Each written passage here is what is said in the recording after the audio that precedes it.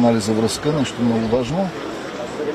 Имаме така сходни разбирания по някои от важните въпроси, включително, че трябва да се положат усилия за ефективност на наложените санкции по закона Магнитски на санкционирани лица, в това число и българи, попадащи в този списък, че трябва да се предприемат действия спрямо тези, които ги подпомагат активно да избягват санкциите, нещо, което е недопустимо, и че трябва внимателно да се анализират техните действия и те да бъдат обект на внимание не само на българските правоохранителни органи, а и на правоохранителните органи в Съединените американски щати, защото част от тези действия могат да се третират като федерални престъпления с всички проистичащи от това последици. За какво предоставите данни за Делян Пеевски, Борислав Горанов, Васил Божков, други санкционирани по Магнитски?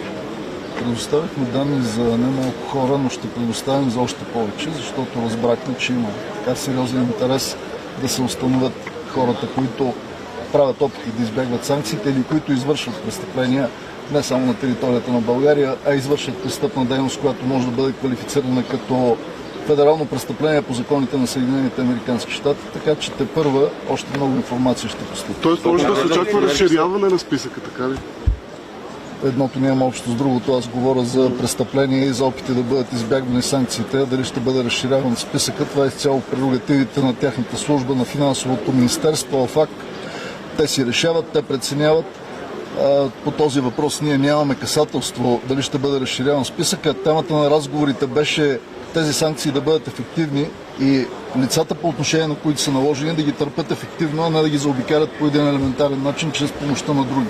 По-конкретно какви мерки са обсъждани? Лица, които подпомагат заобикалянето на санкциите, смятате да са извършени, лица, които са санкционирани, но избягват тези санкции? И в двата случая може да има извършени престъпления. Оговорихме се да бъдат представени доказателства и да прецени Федералната прокуратура дали има извършени престъпления, касаещи правото на Съединените американски щати и тяхната юрисдикция. Разбира се, а ние работим активно в България. Нека не забравяме, че това са два паралелни реда, които следваме. Ние работим активно, за да установим по силата на българското законодателство има ли извършени закононарушения, има ли извършени престъпления. По-конкретно какви мерки са коментирани в САЩ? Коментирани са всякакви мерки, включително и отпочване на наказателни производства, всички проистичащи от това последици. Предполагам, знаете какви са последиците, призоваване на съответните лица и привличане към отговорност. За 11-годишната Наталия нови данни, дали... Подробен доклад ще получи сега, защото днес ми е първият работен ден след завръщането ми и след това ще може да ви информирам подробно. Активно се работи, надявам се и вярвам, че ще има резултат. Знаете какви са проблемите там. Човека, който е отвлякал детето, доста добре познава района. Това не е първи случай. Има опит в оцеляване в такива условия. Така че правим всичко възможно и необходимо. Включихме допълнителни сили. Днес ще имам пълна информация докъде са стигнали нашите усилия и разбира се ще ги засилим още повече, за да има успешен резултат. Как ще коментирате за липси по време на словото си по линия на пожарна безопасност? Кои липси съвсем скоро бихте могли да избегнете вече? Ние вече ги избягваме с помощта на Министерството на труда и социалната политика. Обучихме пожарникари, снабдихме ги с дронове, снабдихме ги с техника индивидуално за гасене, но има други липси, които през годините са се натрупали. Ние нямаме достатъчно ефективни средства за гасене по въздух. Разбира се, помагат ни тук от Министерството на отбраната и сме изключително доволни, изразяваме благодарност към тях.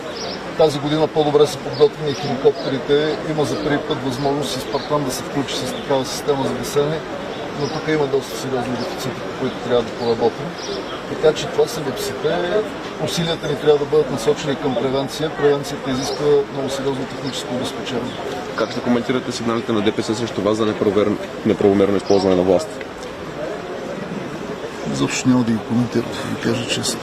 Сигналите на ДПС са някакъв израз на отчаяние.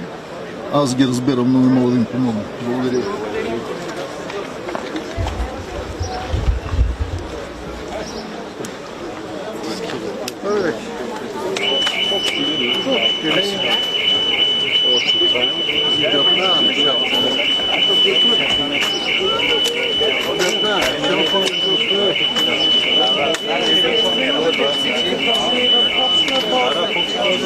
Çok